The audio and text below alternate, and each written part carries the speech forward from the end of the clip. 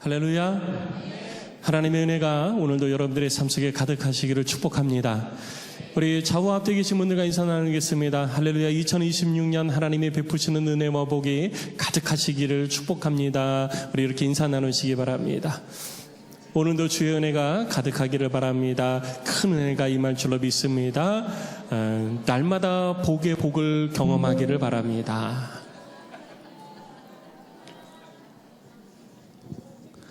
네, 감사합니다. 누군가를 향해서 축복할 수 있는 것이 내게 은혜인 줄로 믿습니다. 왜냐하면 내가 속이 상하고 마음이 좁아 있으면요, 축복이 안 돼요. 축복이 안 되는데 입이 안 떨어져요. 그런데 누군가를 향해서 내가 축복의 말을 할 수 있다? 내가 지금 그렇게 축복의 말을 할 수 있는 상태다? 여러분, 그것이 하나님의 은혜인 것입니다. 우리는 하나님의 은혜를 뭔가 특별한 것으로만 생각해요. 뭐 병에 걸렸다 낫는다든지, 뭐 문제가 해결되어진다든지, 뭐 이래야지만 하나님의 은혜라고 생각하는데, 그게 아니라 그냥 내가 누군가를 향해서 축복의 말을 할 수 있고 누군가에게 내가 받은 은혜를 말할 수 있음이 내게 베푸신 하나님의 은혜요 복인 것입니다. 성도 여러분, 2026년 여러분들의 매일의 삶이 이렇게 다른 사람을 향해서 축복의 말을 할 수 있는 그런 은혜가 넘쳐날 수 있기를 주의 이름으로 축원합니다. 1년 만에 이제 사도행전으로 돌아오겠습니다. 2025년에 사도행전 강의를 하다가 이제 잠시 연말 연초에 멈추었었습니다. 그리고 다시 오늘부터 사도행전 강의를 다시 시작하게 되어지는데요. 1년 전에 되어진 일이지만 다 기억하시죠?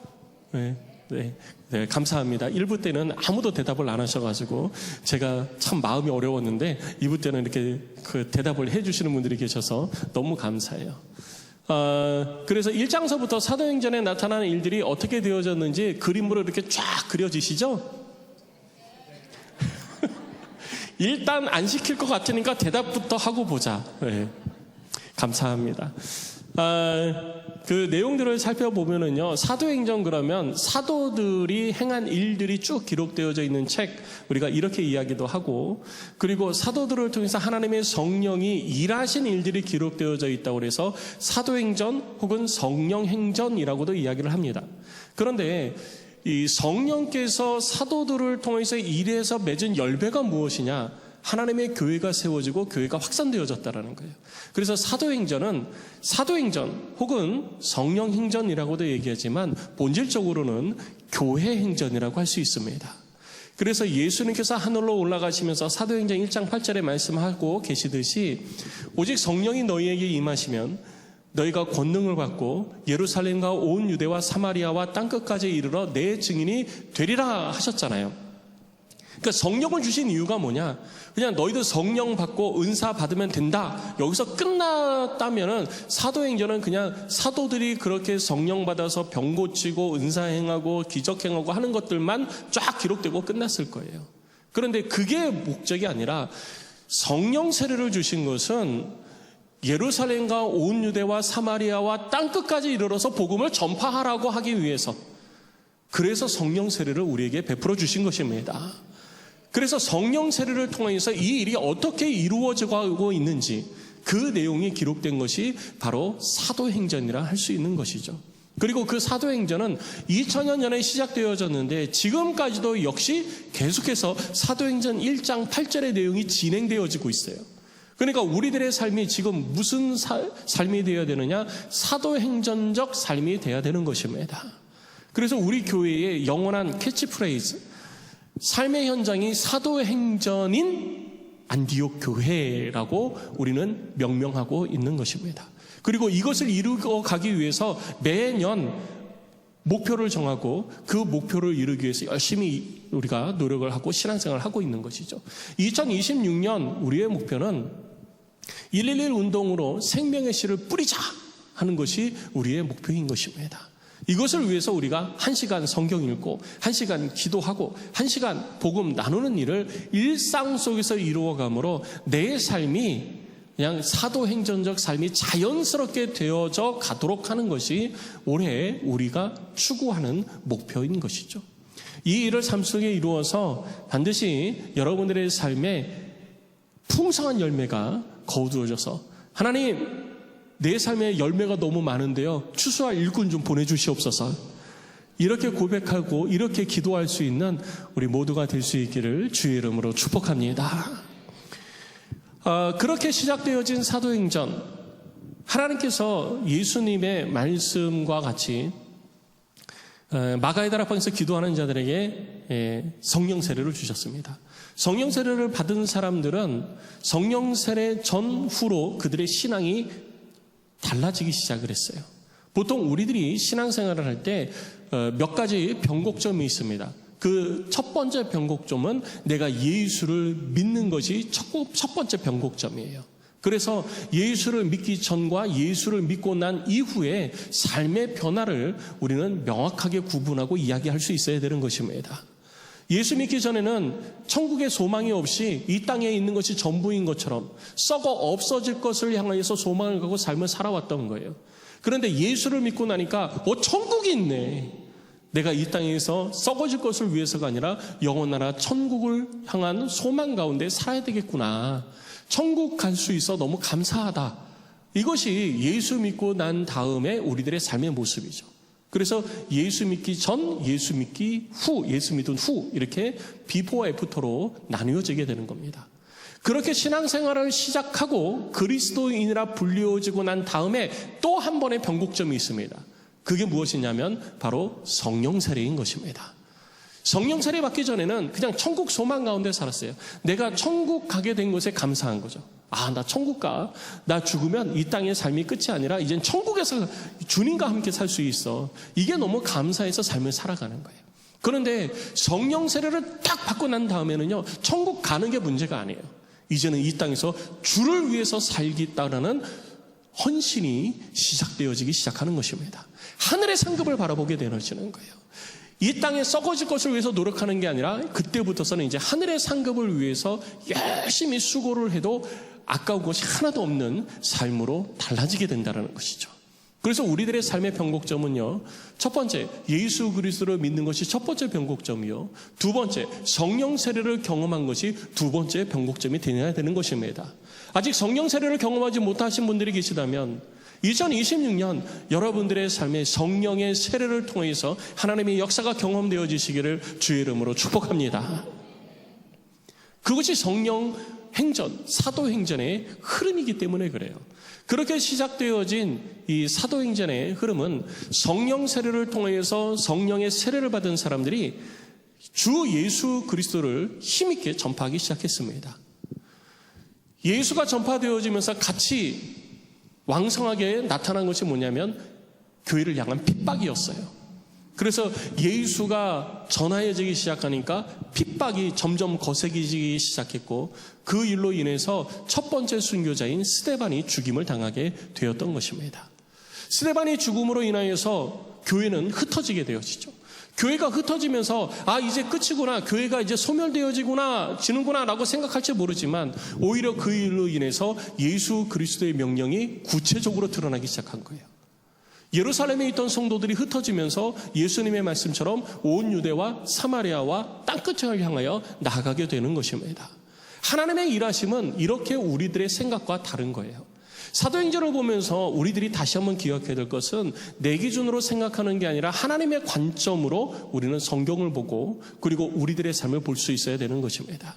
내가 볼 때는 성령 세례를 받고 이렇게 열심히 복음을 전하는데 그러면은 더 복음이 힘있게 나타나고 능력이 나타나고 그래야 되는데 왜 핍박을 당하지? 왜 어려움을 당하지? 왜 죽지? 그런데 그것을 통해서 하나님은 하나님의 일을 이루어가고 계셨다라는 것이죠.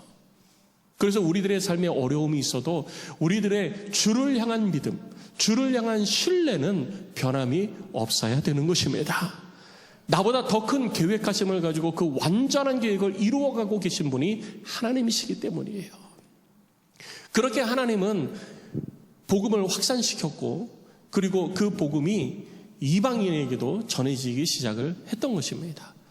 이렇게 확산되어지는 복음이 북쪽으로 올라가기 시작할 때 핍박의 선두에 서서 역할을 했던 사람이 누구냐면 사울이라는 사람이었어요. 근데 이 사울이라는 사람이 그렇게 예수를 핍박하다가 다메섹이라는 도시로 올라가던 길에서 예수를 만나게 되죠. 예수를 만나서 예수의 음성을 듣고 눈이 멀고 주의 부르심의 음성에 깨닫게 되어집니다. 그러면서 이제는 내가 핍박하던 예수가 진짜구나. 내가 그를 핍박할 게 아니라 내가 그를 드러내야 되는구나 라는 것을 깨닫게 되어져요. 그래서 이전까지의 일은 다 치워버리고 이제는 예수를 따르게 됩니다. 그리고 그 바울이 예수를 따르게 되면서 잠시 그의 고향인 다소에 머물러 있을 때 안디옥에서 목회를 하던 바나바라는 사람이 바울을 향하여 가서 바울을 안디옥 교로 데리고 오죠. 바나바가 혼자서 안디옥 교회를 목회를 하다 보니까 혼자서는 안 되겠는 거예요. 사람이 너무 많아지니까. 성경을 더 가르쳐야 되는데 물리적인 시간이 안 되는 거예요. 그래서 그 옆에 다소라는 지역에 있는 바울에게 가서 너 와서 나랑 같이 목회 좀 하자. 그래서 데리고 와서 안디옥 교회에서 같이 성경을 가르칩니다. 그러던 가운데에 성령의 감동을 주셔서 하나님께서 안디옥 교회 성도들에게 바울과 바나바를 세계 선교사로 보내라 라고 깨닫게 되어지는 거예요. 그래서 안디옥 교회 성도들이 안 되겠다.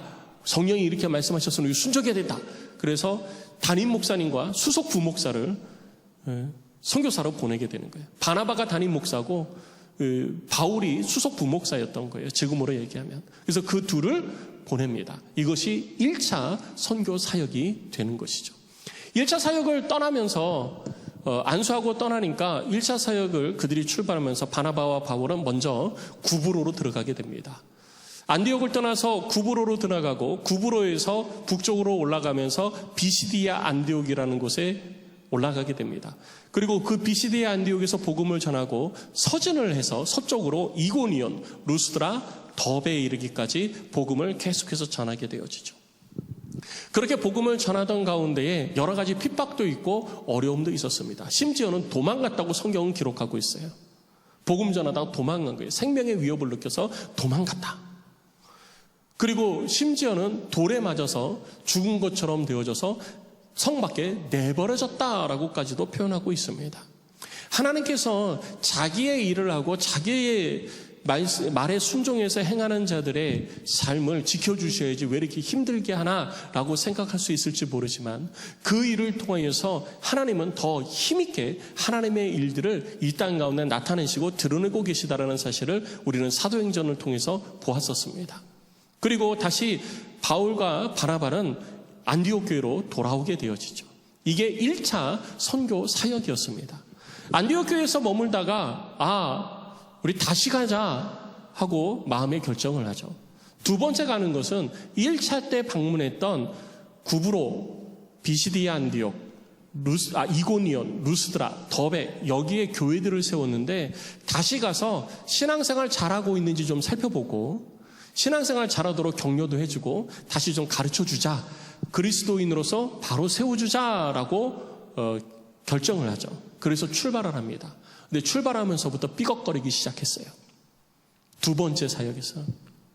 뭐냐면 1차 사역 때 바나바와 바울이 1차 사역을 출발하면서 바나바의 생질, 조카인 이 마가 요한을 데리고 갔었습니다. 그런데 얼마나 힘들었든지 마가 요한이 얼마 가지도 않아가지고 예루살렘으로 돌아갔다고 돼 있어요. 제가 볼 때는 돌아갔다기보다는 그냥 도망간 거죠.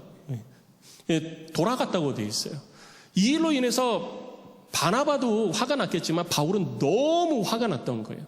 그래서 2차 떠나기 전에 바나바가 마가 요한 같이 데리고 가자 그랬더니 주의 일을 하는 사람이 중간에 그것을 버리고 도망간 것은 용납할 수가 없다. 못 따라간다. 그런 거예요. 그러니까 바나바는 그때 예루살렘으로 갔던 마가 요한이 다시 안디옥으로 올라와 있었거든요.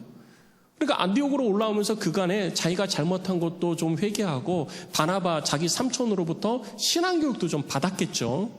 그러면서 이제는 좀 데리고 다닐만 하다 그래서 데리고 가려고 했는데 바울은 극구 반대를 한 거예요. 그러니까 여기서 우리들이 한 가지 바울의 마음을 통해서 알 수 있는 게 뭐냐면 하나님의 일을 하는 것은 우리들의 마음으로 왔다 갔다 해서는 안 된다라는 거예요. 내 마음에 들면 하고 내 마음에 안 들면 안 하고 힘들면 안 하고 조금 편하면 하고. 그러니까 교회에서 주를 위해서 섬긴다 할 때 편한 것만 찾아가지고 편한 것만 하려고 그러고 내가 하고 싶은 것만 찾아가지고 내 마음에 맞는 것만 하려고 그럴 때 오히려 그것이 내게 독이 될 수 있다라는 거예요. 그래서 우리는 교회 사역할 때 이번에 이제 조직도, 사역 조직도 발표를 했잖아요. 다 붙어 있는데, 사역 조직도 제가 사무연회 하면서 그 말씀 드렸잖아요. 내가 하고 싶은 게 아니라 교회에서 필요로 하는 곳에서 내가 교회를 섬겨야 되는 거예요. 그게 사역이거든요. 그러니까 내가 하고 싶은 것은 둘째고, 먼저는 교회에서 필요로 하는 데에 내가 사역을 해야지 되는 겁니다. 그래야 교회가 든든히 세워질 수 있는 거예요. 교회에서 필요로 하는 것과 상관없이 내가 하고 싶으면 하고 내가 하기 싫으면 안 한다? 그럼 어떻게 교회가 든든히 세워지겠습니까? 하나님의 교회가 든든히 세워지기 위해서는 교회에서 필요로 하는 것이 내가 내 삶을 드리고 내 물질을 드리고 내 시간을 들여서 헌신할 때 교회가 든든히 세워져 가는 거예요. 그래서 제가 말씀드렸죠. 목사님 2026년에는 저 이거 하고 싶어요. 이렇게 얘기하지 말고 목사님 2026년은 제가 어디에서 어떻게 사역을 하는 것이 좋을까요? 라고 물어보라고 제가 말씀을 드렸죠. 근데 아무도 안 물어보시더라고요. 사무연회가 끝났는데도. 근데 그래서 그냥 임명을 했습니다. 올해부터서는 그냥 임명한다. 임명하고 그대로 순종합시다. 이렇게 사역 조직이 발표가 되어진 거예요. 자, 결국 이렇게 하다가 도저히 합의가 안 돼가지고 이 바울과 바나바가 갈라서게 됩니다. 그래서 바나바는 자기의 조카 마가 요한을 데리고 처음 출발했던 구브로로, 여러분 지도에 보시면 빨간색 선으로 되어져 있는 곳이에요. 구브로로 가고, 그리고 바울은 실라와 함께 녹색으로 되어져 있는 북쪽으로 올라갑니다. 그러니까 마지막 도착했던 더베 지역으로 올라가는 거예요. 거꾸로 가는 거죠. 나는 갔던 데 처음부터 갈 거야. 그랬더니 너 그래? 그럼 나는 이쪽으로 갈 거야. 그럼 거꾸로 가는 거죠. 참 이렇게 주의를 한다고 해도 마음이 하나가 안 되어지니까 이렇게 갈라서더라고요. 그러나 안디옥교회는 갈라섬 없이 한 마음으로 이루어가기를 소망합니다. 그래서 바울과 실라가 북쪽으로 올라가고 바나바는 구브로로 갔어요. 그리고 바나바는 이제 사역을 이제 계속 해왔고, 사도행전을 기록한 것이 누가입니다. 누가가 누구랑 동행했냐면 바울과 동행했어요. 그래서 바울의 사역이 주가 되어져서 사도행전에 기록이 되어진 것입니다. 그래서 바울이 더베르 지역으로 들어가서 맨 마지막에 방문했던 루스드라 지역으로 올라가게 되죠. 루스드라 지역에 갔더니 자기가 1차 사역 때 복음을 전했던 그 열매 중에 하나인 디모데를 만나게 됩니다. 디모데를 보니까 괜찮은 신앙인이에요. 신앙이 좋아요. 젊은데 청년인데 괜찮아요. 그래서 너 나와 같이 가자. 그래서 거기서부터 디모데가 합류를 합니다. 그래서 바울의 선교팀은 바울, 실라, 디모데, 그리고 정확하게 언제서부터 합류를 했는지 성경에 명확하게 기록되는 있지는 않지만 의사인 이 누가가 같이 합류를 해서 선교 사역을 이루고 가게 되는 것이죠. 그리고 그렇게 루스드라에서 출발해서 다시 이고니온을 거쳐서 위쪽에 비시디아 안디옥 쪽으로 복음을 전하고 또 1차 방문했던 교회들을 방문해서 세워가게 됩니다. 그렇게 바울과 선교팀이 함께 일을 하고 있는데 길이 자꾸 막히는 거예요. 바울은 북쪽으로 자꾸 올라가려고 그랬는데 자꾸 길이 막혀요. 길이 안 열려요. 그쪽으로 못 가게 되어지는 상황들이 자꾸 발생하는 거예요. 그래서 바울이 답답해서 드로아에 머물면서 드로아에서 하나님 앞에 기도했습니다. 기도했더니 하나님이 환상을 보여주시는 거예요. 환상을 보여주시는데 바다 건너 마게도냐 지역에 있는 사람이 바울에게 와서 건너와서 우리를 좀 도와달라 라고 하는 환상을 하나님께서 보여주십니다. 그러니까 여러분, 여기서 우리들이 배워야 되는 것은 뭐냐면 주회를 하고 신앙생활을 한다고 해서 모든 길이 활짝활짝 열리는 게 아니에요. 내가 가고자 하는 길, 내가 원하는 길이 안 열릴 때는 뭘 해야 돼요? 기도해야 되는 거예요. 기도하면 하나님께서 가르쳐 주십니다. 기도하면 하나님이 가르쳐 주시는 거예요. 그런데 뭘 안 해서 문제예요? 알기는 잘 알아요. 그러니까 올해부터서는 하루에 1시간 기도하는 시간을 꼭 가지시기 바랍니다. 주회를 한다고 했을 때 내가 원하는 것이 주가 되어지면요, 길이 자꾸 막히는 거예요. 주를 위해서 헌신한다고 그러면서 내 생각대로 가게 되어질 때는 길이 자꾸 막히는 겁니다. 막힌다고 해서 낙망할 필요 없이 하나님 앞에 기도하면요, 하나님께서 우리의 길을 가르쳐 주시는 거예요. 그래서 하나님께서 바울의 눈도 확 열어서 마게도냐로 가라고 가르쳐 주신 겁니다. 그래서 바울과 선교팀은 즉시 드로아에서 마게도냐로 떠나게 됩니다. 바다 건너 마게도냐로 넘어갔는데, 마게도냐로 넘어가면서 처음 방문한 곳이 빌립보 지역이었어요. 빌립보 지역에 도착해서 그곳에 가보니까 유대인들이 별로 없고 유대인 회당도 아직 건설되지 않았습니다. 그래서 기도하러 나갔다가 거기 모여있는 여인들에게 복음을 전하다가 자주장사 루디아를 얻게 되어지는 거죠.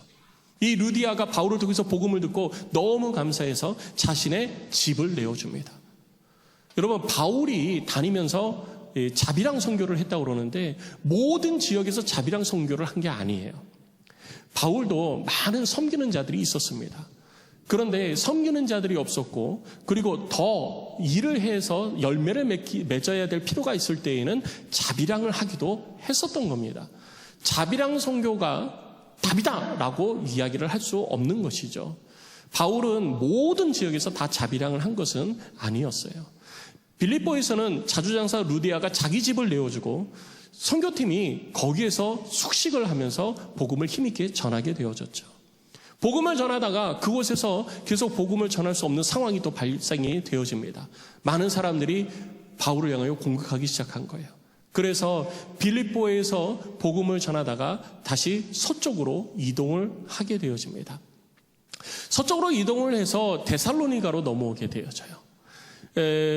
빌립보에서 데살로니가로 넘어오게 되어지는데, 여러분 보시면 빨간색으로 쭉 길이 표시되어 있잖아요. 이 길이 뭐냐 하면 로마가 동과 서를 이으면서 군대를 보내고 상인을 보내고 그리고 행정가를 보내고 하면서 전 세계를 로마의 지배하에 놔야 되겠다 해서 건설한 도로가 에그나티아 도로예요. 그 에그나티아 도로가 빌립보와 그리고 데살로니가 그리고 로마로 쭉 연결되어 가고 있는 거예요. 그래서 빌립보에서 출발한 이 바울과 선교팀은 그 도로를 따라서 데살로니가로 들어가게 된 겁니다. 데살로니가에 들어가서 유대인 회당에서 복음을 전하고 그곳에서 사역을 하게 되어지죠. 그런데 유대인 지도자들이 바울을 시기하기 시작합니다. 그래서 바울의 사역을 가로막죠. 바울이 거기서 더 이상 사역을 할 수 없게 되어집니다. 갇혔다가 보석금을 내고 풀려나게 되어지죠. 더 이상 사역을 할 수가 없어서 다시 데살로니가를 나와서 이동을 하죠. 이동을 할 때 지금 얘기한 것처럼 에그나티아 도로를 따라서 다시 서쪽으로 이동합니다. 서쪽으로 이동하면서 만난 도시가 어디냐면 베레아라는 도시예요. 그래서 밤중에 갈라디아에서 떠나서 베레아로 약 67km에서 80km 정도 거리가 되어지는데 이 도로를 따라서 도착을 하게 되어지죠. 그리고 이 베레아에서 있었던 일이 오늘 성경 우리가 읽은 본문의 내용인 것입니다. 1장서부터 16장까지 17장 9절까지 제가 쫙 설명했어요. 이제 그림이 그려지시죠? 네. 그래서 이번 주에 가정교회 예배를 드리거나 식사하면서 애들한테 이 이야기를 해주셔야 돼요. 내가 사도행전의 1장부터 17장 9절까지 설명해 줄게. 앉아봐. 그래가지고 쭉 얘기를 해주시는 거예요. 그러면서 여러분들이 기억나는 것 덧붙이면 돼요. 지금 제가 시간이 다 되지 않으니까 일부분만 했는데 여러분들은 조금 더 해주시면 됩니다. 작년에 되어졌던 거라 여러분들의 기억을 제가 못 믿어서가 아니고 혹시나 기억이 안 나시는 분을 위해서 높아심에서 제가 드린 겁니다. 그러니까 여러분 이렇게 성경을 하나로 이렇게 쭉 꿰 수 있어야지 돼요. 쭉 꿰야 그래야 그 성경의 흐름을 잡고 하나님의 역사를 볼 수 있는 겁니다. 토막토막 봐가지고는 하나님의 일하심을 우리들이 잘 깨닫지를 못해요. 그러니까 여러분 이야기로 한번 쫙 여러분 스스로 이야기할 수 있어야지 돼요. 1장에서는 이렇게 되고 2장에서는 이렇게 되고 3장에서 4장은 이렇게 되고 막 쭉 이야기할 수 있도록 성경을 많이 읽어보시기 바랍니다. 자, 어쨌든 밤중에 이제 바울과 실라하고 디모데하고 의사인 누가가 베레아로 도착을 했습니다. 베레아에 도착을 해서 뭐 어디 갈 데가 있어요? 갈 데 없으니까 유대인이니까 어디 가는 게 제일 편해요? 회당 가는 게 제일 편한 거예요.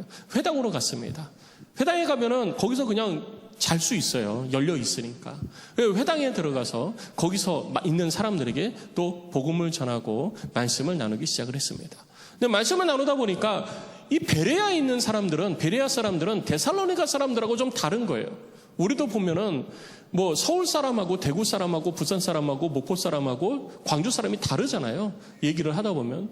그런데 이들도 보니까 베레아에 있는 사람은 데살로니가에 있는 사람들보다 훨씬 더 너그러운 거예요.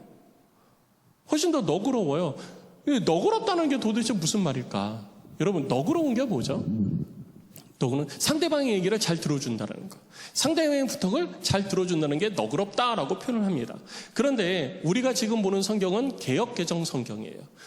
헬라어에서 바로 번역을 한 건데, 그 옛날 우리가 개역개정 이전에 번역본인 개역성경을 보면은 뭐라고 되어 있냐면 신사적이다라고 표현이 되어져 있습니다. 그러니까 너그럽다라는 말은 신사적이다라는 말과 같은 말이에요.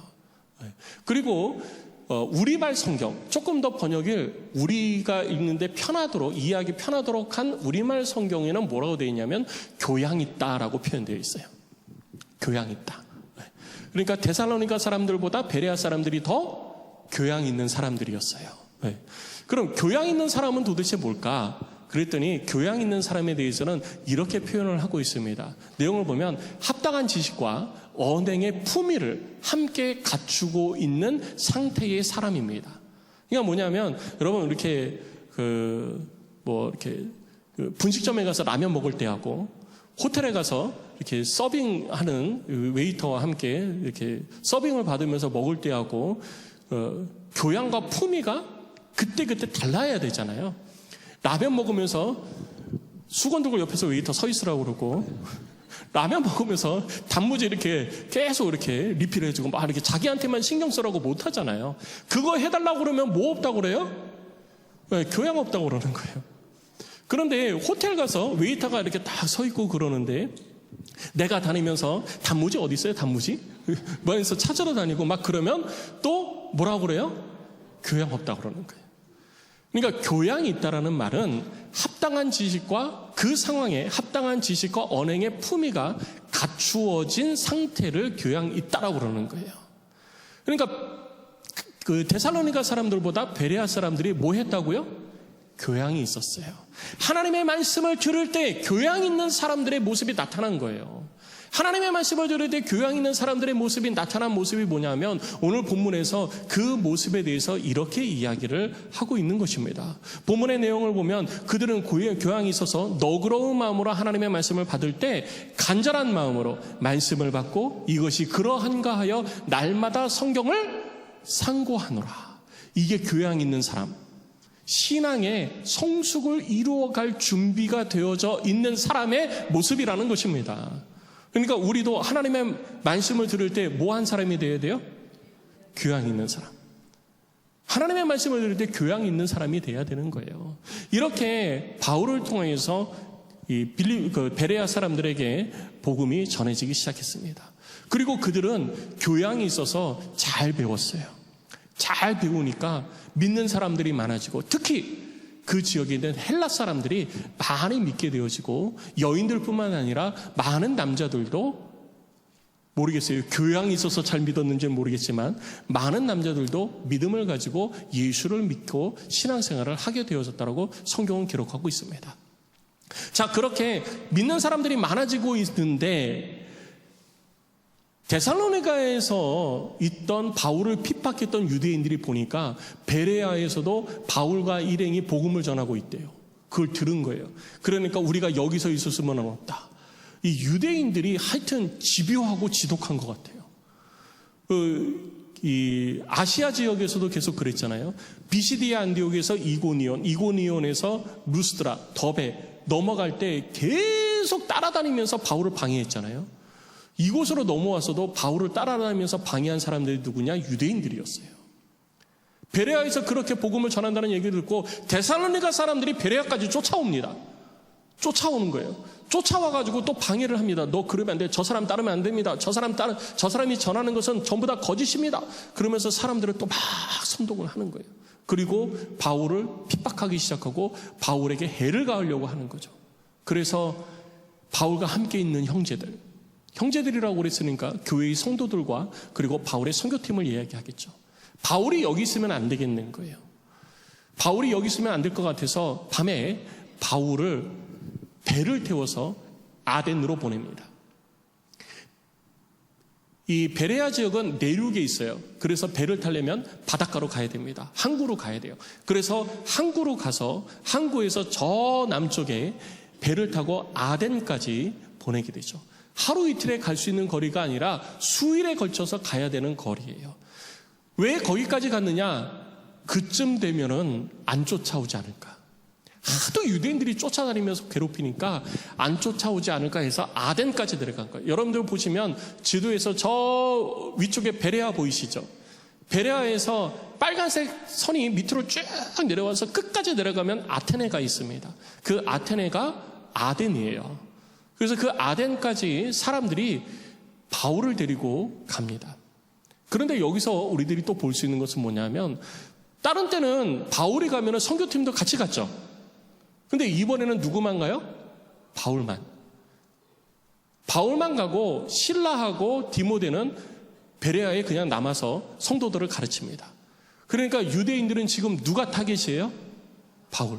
바울만 잡으면 나머지는 다 흐지부지, 다 없어진다 생각을 한 거죠. 왜? 바울이 머리니까. 그래서 교회에서 교회를 흩트기 위해서는 누구를 공격하면 돼요? 머리만 공격하면 되는 거예요. 그러니까 목사만 공격하면 교회는 흩어지게 되어 있습니다. 성도들을 공격 안 해요. 목사를 공격합니다. 타겟이 그래서 목사예요. 그래서 바울을 보호하고 바울이 보호되어지면 나중에라도 그 밑에 사람들을 통해서 복음이 계속 전해줄 수 있기 때문에 바울을 보호하기 위해서 바울을 아덴으로 내려보낸 거예요. 그러니까 지금 교회도 마찬가지입니다. 지금 교회도 보면 여러 이단들이나 여러 집단들이 교회를 막 공격할 때 타겟은 항상 그 교회의 목사가 되어지죠. 그래서 성도들은 그 교회의 목사를 보호할 수 있어야지 되는 거예요. 그냥 무턱대고 하라는 얘기가 아니라 그 교회에 합당한 보호를 받을 수 있도록 우리가 장치를 해야 된다는 것이죠. 그래서 어쨌든 바울은 아덴으로 가고 바울과 아덴에 함께 온 사람들을 향해서 바울이 너 올라가면 실라하고 디모데를 이곳으로 좀 보내라. 이곳에서도 사역을 해야 되겠다라고 하고 그들을 보냅니다. 여기까지가 오늘 본문의 내용인 거예요. 자, 이 본문의 내용, 베레아에서 있었던 내용을 통해 가지고 우리들의 신앙의 성숙을 위해서 하나님께서 우리에게 말씀하시는 그 내용을 우리들이 좀 살펴보고 우리들의 삶 속에서도 좀 신앙 성숙을 이루기 위해서 내가 어떻게 해야 할지 우리가 결단하고 기도하는 시간을 좀 가지려고 하는 것입니다. 일단은 베레아 사람들은 성품 자체가 오늘 본문에 있듯이 너그러운 성품이었어요. 그리스도인은 신앙의 성숙을 이루어가는 사람들입니다. 그리스도의 장성한 분량을 향하여서 끊임없이 달려가는 사람들이에요. 그럼 그렇게 신앙 성숙을 이루어갈 때에 내가 어떤 성품을 가지고 있느냐도 굉장히 중요해요. 그래서 저는 원래 그런 사람이에요 라는 거 별로 안 좋아해요. 왜? 하나님이 우리들 가운데 함께 하시고 내가 주를 향하여 믿는 믿음을 가지고 신앙생활을 한다면 그리스도의 장성한 분량에 이르기까지 내가 항상 앞을 향해서 전진해 가는 게 우리들의 온전한 모습인 것입니다. 그런데 나는 원래 그래요. 새벽에 나와서 기도합시다. 나는 원래 새벽잠이 많아요. 그래서 새벽에 못 일어나요. 그럼 제가 그러죠. 제발 밤에 일찍 좀 주무세요. 밤 12시, 1시까지 막 딴 거 하다가 주무시니까 새벽에 못 일어나죠. 새벽잠이 많은 게 아니라 밤에 늦게까지 하니까 새벽에 잘 수밖에 없는 거예요. 저는 이제 그렇게 얘기하는 거거든요. 성경 읽으세요. 저는 책을 못 읽어요. 책만 읽으면 그렇게 자요. 책 읽는 게 습관이 안 되니까 그런 거예요.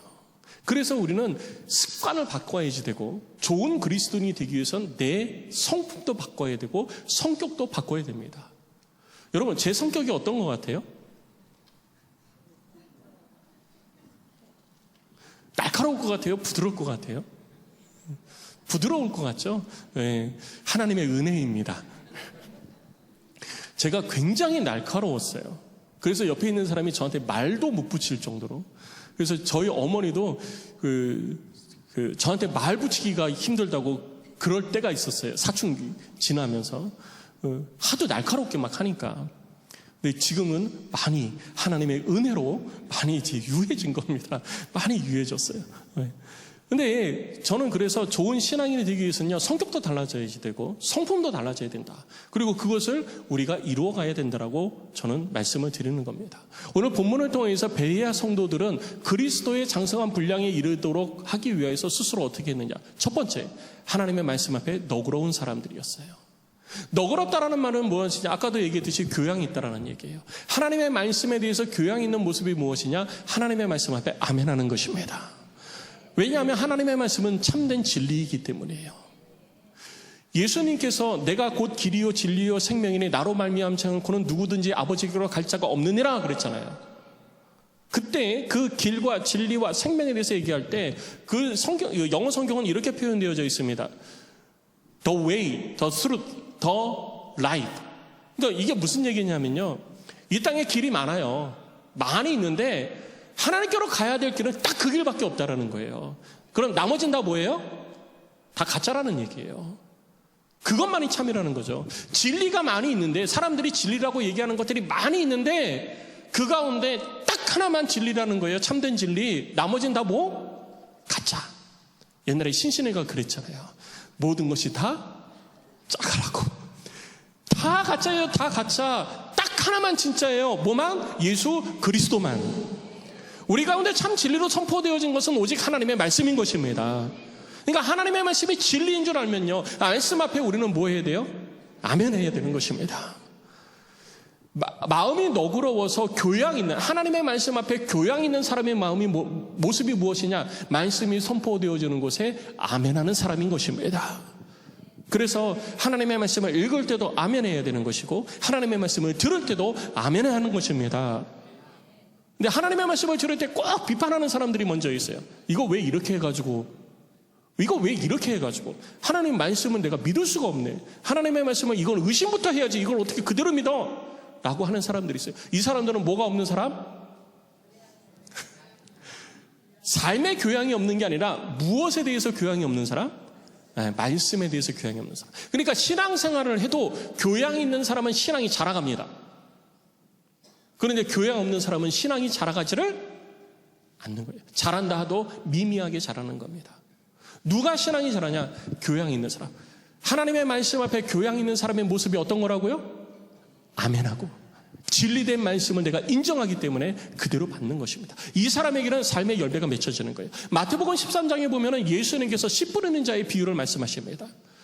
씨를 뿌리는데 그 씨가 어느 밭에 떨어지느냐에 따라서 열매 맺히는 것이 다르잖아요.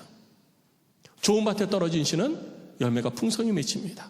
그러나 돌밭에 뿌려지는 씨나 가시나무 밭에 뿌려지는 씨나 이런 것들은 풍성한 열매를 맺을 수가 없는 거예요. 그럼 내게 하나님의 말씀의 씨가 뿌려질 때 내 마음이 좋은 밭이 되기 위해서는요, 하나님의 말씀 앞에 너그러움이 있어야 돼요. 하나님의 말씀을 들을 때 교양 있게 들어야 되는 거죠.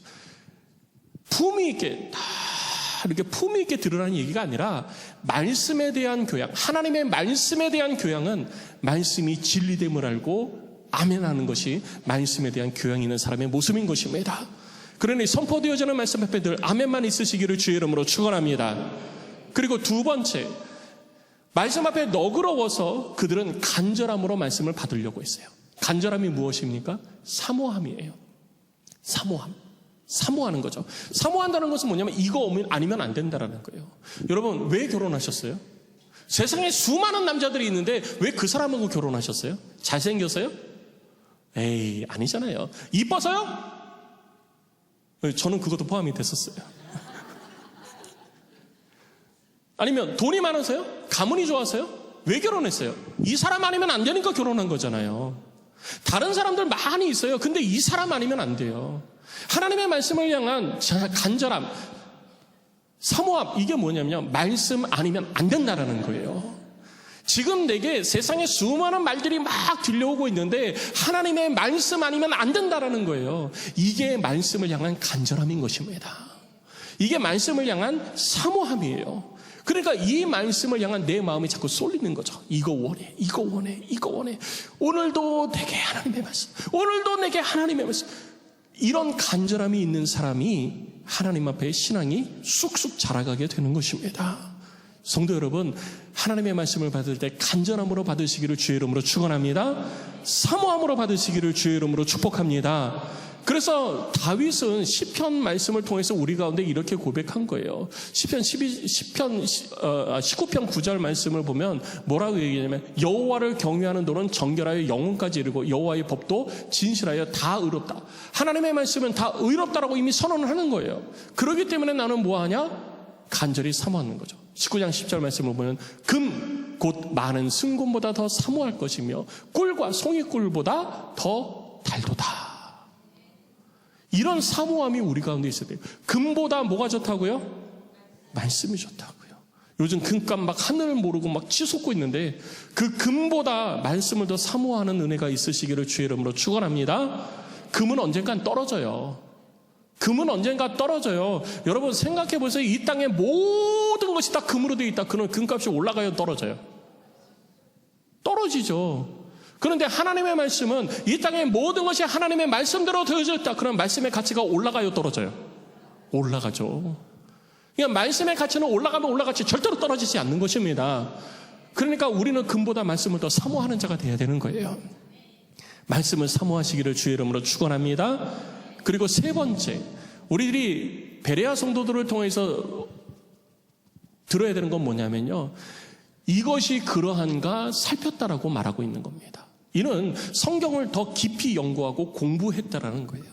이것이 그러한가 하고 살핀다는 거죠. 이게 맞나? 이것이 주님이 이 말씀을 여기서 왜 하시고 계시지? 왜 이렇게 말씀하셨지? 이 일을 왜 행하고 계시지? 이거를 살펴야 된다라는 거예요.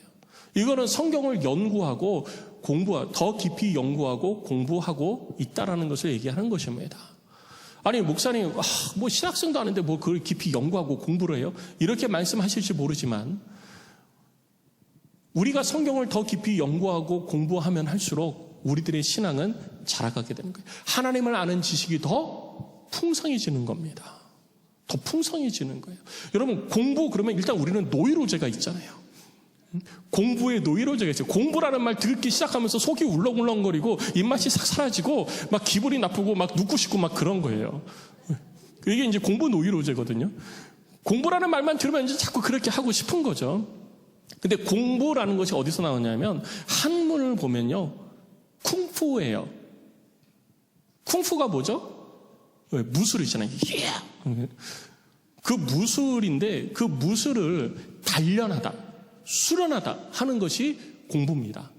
쿵푸. 그러면 무술하는 사람은 언제까지 수련하고 단련해요? 참아 말을 못하겠죠? 앞뒤가 걸리니까. 죽을 때까지 해야 되는 거예요. 그러니까 공부는 언제까지 해야 된다? 죽을 때까지. 나를 계속해서 끊임없이 수련해가는 것. 끊임없이 단련해가는 것. 이것이 쿵푸 그리고 공부라는 거예요. 그러니까 죽을 때까지 공부를 해야 돼요? 말아야 돼요? 해야 되죠. 특히 하나님의 말씀에 대해서는 우리는 죽을 때까지 공부해야 됩니다. 죽을 때까지 해야 돼요.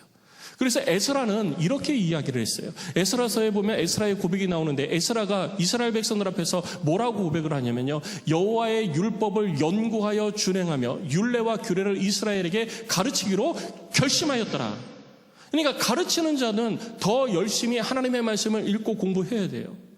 다른 사람에게 우리는 성경을 가르쳐 지키게 하라, 예수님께서 그러셨잖아요. 그러니까 우리 모두는 성경을 가르치는 자가 되어야 돼요. 가르치려니까 내가 먼저 알아야 되잖아요. 알기만 하는 게 아니라 연구만 하는 게 아니라 뭐 하라고요? 준행하라고. 그러니까 내가 먼저 연구하고 준행해야 되는 거예요. 그리고 예수님도 우리들 가운데 이 말씀을 열심히 연구를 하면 내가 하나님의 아들 그리스도라는 것을 너희가 알 것이다 라고 말하고 있는 거예요.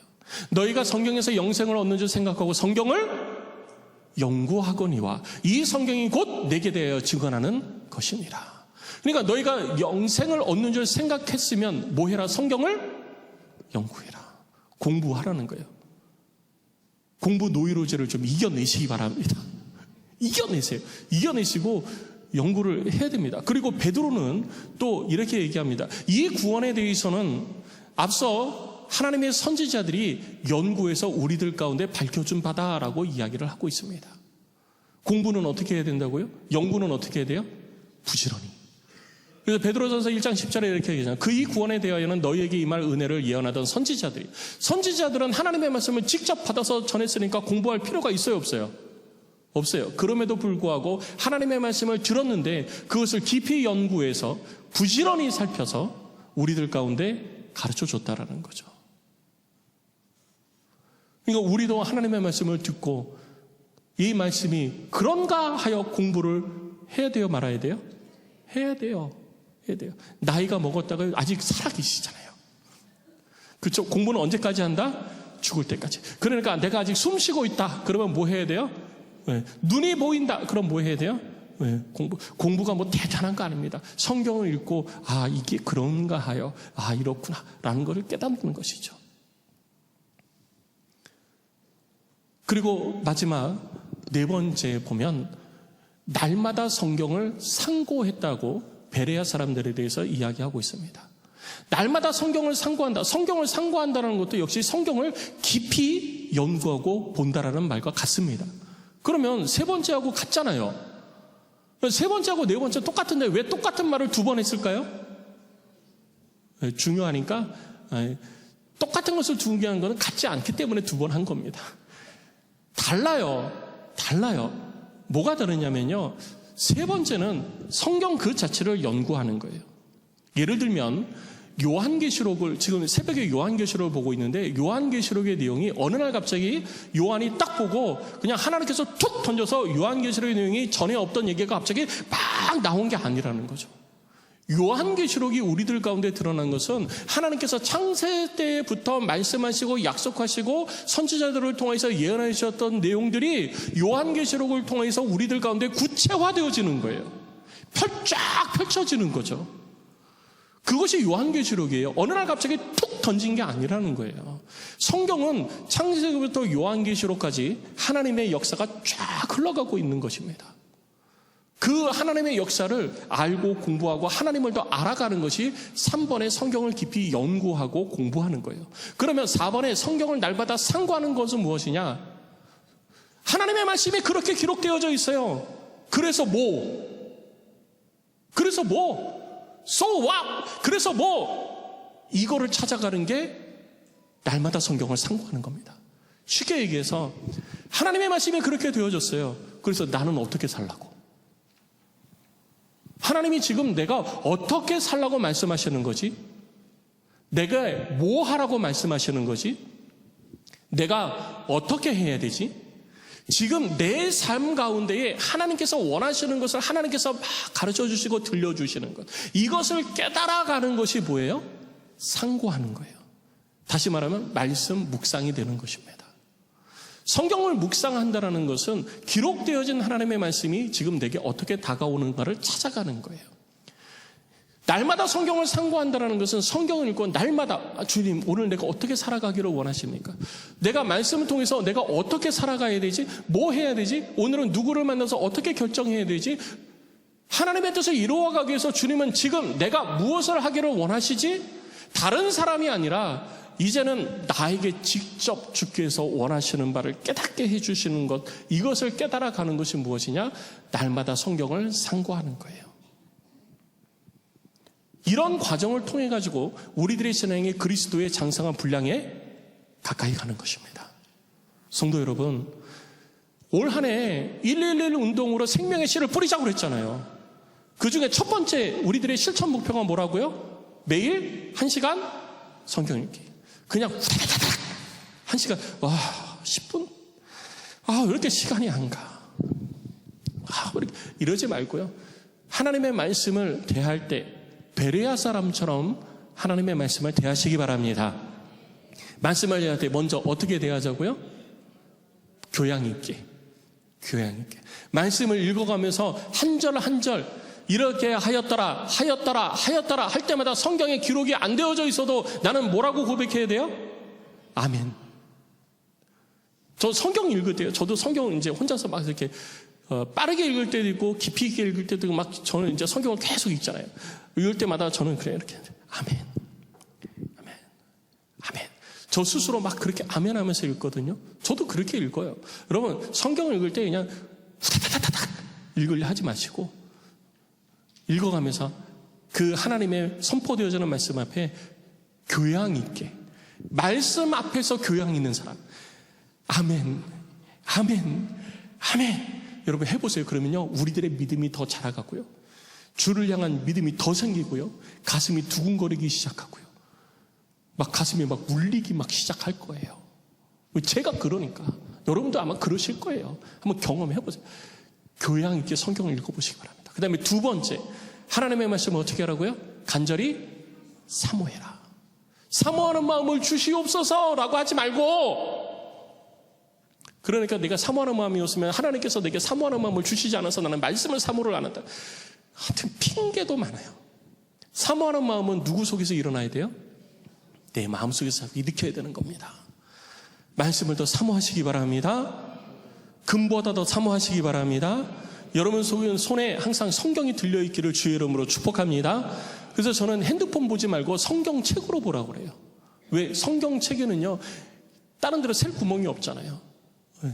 새도 어차피 성경이에요. 새도 성경으로 세요. 근데 휴대폰으로 성경 읽다가요 띵동 그러면 카톡 보다가 유튜브 보다가 뉴스 보다가 게임 하다가 1시간 다 가요. 1시간 갔네. 1시간 성경 읽기로 했는데 성경에 집중이 한 게 아니라 그냥 시간이 떼어진 거예요. 그리고 나 스스로 뭐냐, 오늘 나 1시간 성경 읽었어. 그런 착각 속에 빠지는 거거든요. 그러니까 신앙이 자란 것 같은데 하나도 안 자란 거예요. 그러니까 저는 휴대폰으로 성경 읽지 말고 책으로 읽으라고 그러는 거예요. 책으로. 불 켜놓고 볼펜 들고 책으로 밑줄 쳐가면서 색연필로 체크해 가면서 성경을 좀 읽으시면 좋겠다. 그래서 그렇게 간절함으로 받아야 돼요. 세 번째, 어떻게 하라고요? 이것이 그런가요? 살펴라. 공부해야지 돼요. 스스로 공부하기 어려우시면 요즘은 기독교 서점 가면은요, 쇼핑을 기독교 서점으로 좀 가세요. 네, 쇼핑을.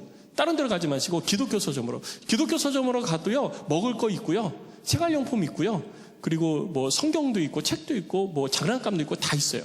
노래도 있고, 뭐 다 있어요. 그러니까 쇼핑을 기독교 서점으로 한번 가보세요. 한 달에 한 번 정도로. 그리고 혼자 공부할 수 있는 보조교재들이 요즘 너무 잘 나와 있어요.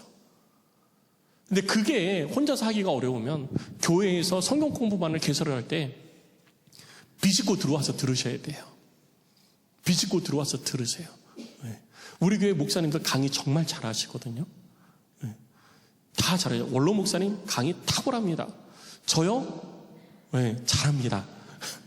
들어보신 분들은 알아요. 들어보신 분들은 뭐 제가 더 이상 얘기하지 않아도 들어보신 분들은 알아요. 목회자들도 다 잘합니다. 여러분 강의 머리를 들이밀고 막 들어와서 들으셔야 돼요. 네. 그 다음에 네 번째, 날마다 성경을 뭐 하라고요? 상고해라. 이것이 내게 지금 무슨 말씀을 하고 계신가? 내가 오늘 어떻게 살기를 원하시는가? 그러니까 말씀 묵상을 하면서 여러분 노트 필사하고 거기 옆에 기도 나오게 돼 있고 오늘 내게 주신 하나님의 뜻을 깨닫는 거를 쓰게 돼 있잖아요. 이걸 끊임없이 기록을 하셔야 돼요. 그래야 내가 그리스도께 더 집중할 수 있는 것입니다. 성도 여러분, 2026년 베레아 사람들처럼 신앙생활 하십시다. 적어도 말씀 앞에서는 베레아 사람들처럼 하면 좋을 것 같아요. 그렇게 했더니 그들이 믿음이 더 생기고 많은 이들이 주께로 나왔다고 성경이 기록하고 있잖아요. 그게 싫어서 유대인들이 쫓아와가지고 막 방해했잖아요. 하나님의 말씀을 여러분 더 사모하시고 은혜 가운데 서는 우리 모두가 되기를 주의 이름으로 축복합니다.